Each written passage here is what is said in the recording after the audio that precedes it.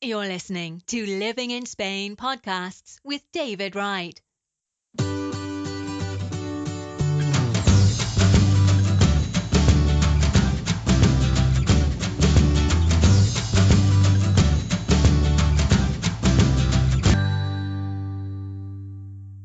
Hi, my name's David Wright and welcome to another one of my podcasts, Living and Working in Spain.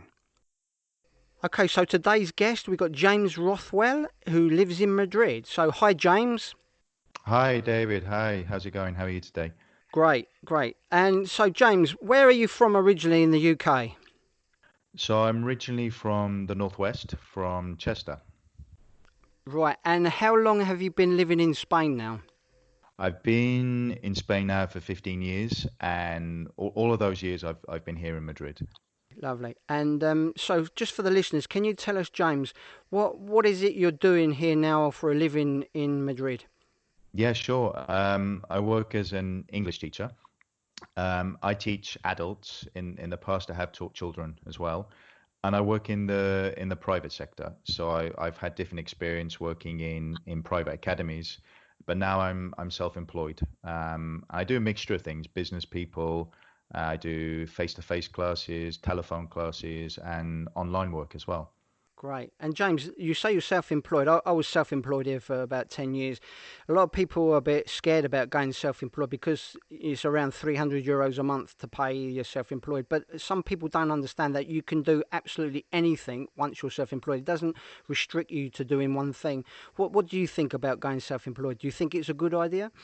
I think there are pros and cons. It's a lot better than when I've been self-employed for about 7 years now. And in the last few years, it has got better. Um, the as you said, the full rate is touching €300 a month. But also, as you said, that does allow you to invoice for anything. So you don't just have to, but you can send invoices for other things too. But there is now, as I think you've mentioned in your page, you start at a lower rate to begin with.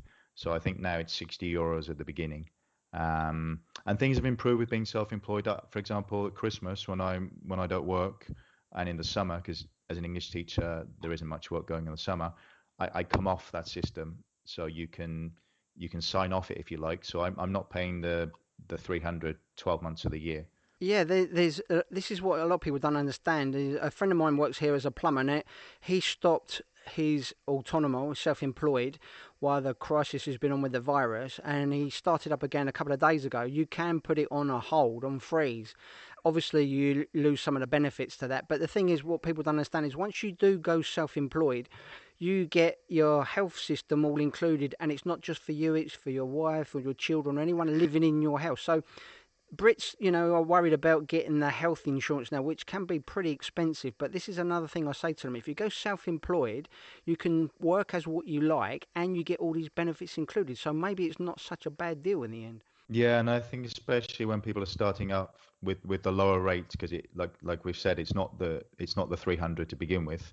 And the coming on and coming off it, that's improved too. I think a couple of years ago now, it used to be that you had to pay a full month, but now you can come off the system halfway through a month and then go back on it again middle month. So I've paid partial months before. So at Christmas, I think I signed off it on the 20th of December and I went back on the 14th, and that you couldn't do a couple of years ago. So things are definitely improved. I think it's a good option. It's worked for me.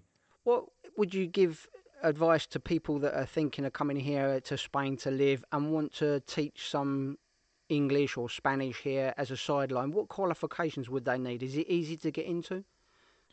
Yeah, the initial qualification I did is run by Cambridge University, and it's called CELTA, and it was a 1 month intensive course.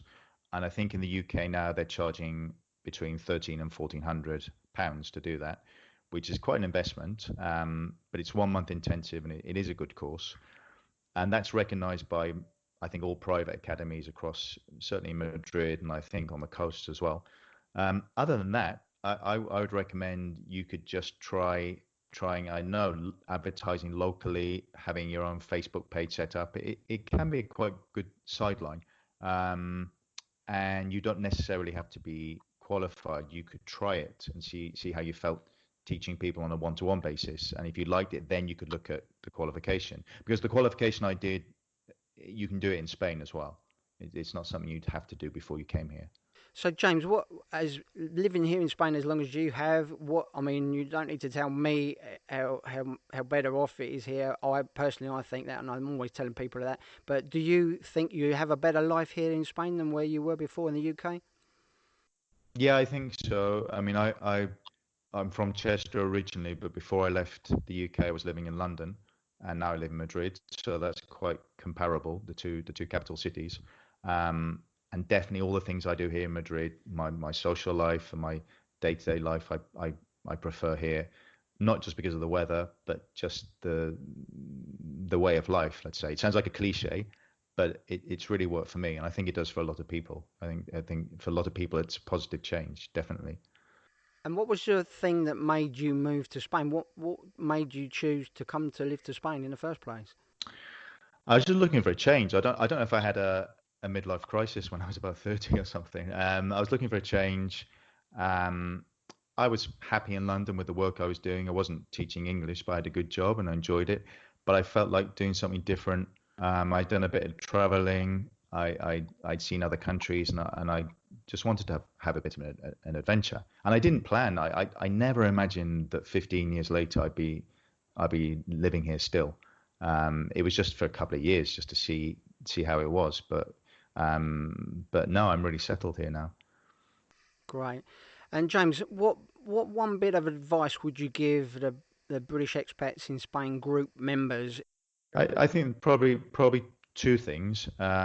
Probably as the members of the group will know, to look for experience of other people to get advice, and probably really to channel it. So if you're a hairdresser or if you're a builder, speak to other hairdressers and builders. So you can ask for advice, and people are always happy to give advice. But I think you need to really specialize the advice if you like. And if you're a hairdresser thinking of moving to town A, then try to talk to a hairdresser who lives in that town or lives very nearby. So try to get advice from someone who's doing something that's very, very like what you plan on doing.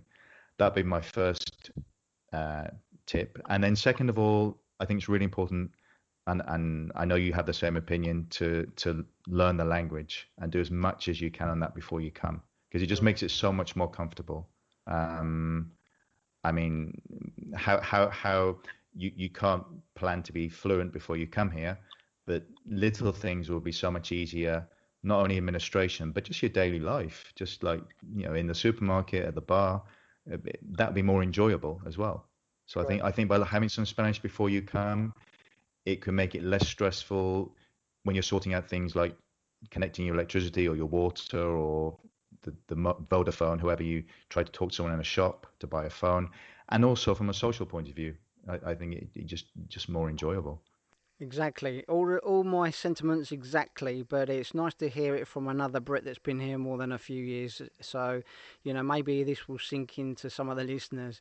And James, if people want to get in touch with you, they can contact you through the Facebook group. They can send you a message, and you're quite happy to share some of this info with them. Is that okay?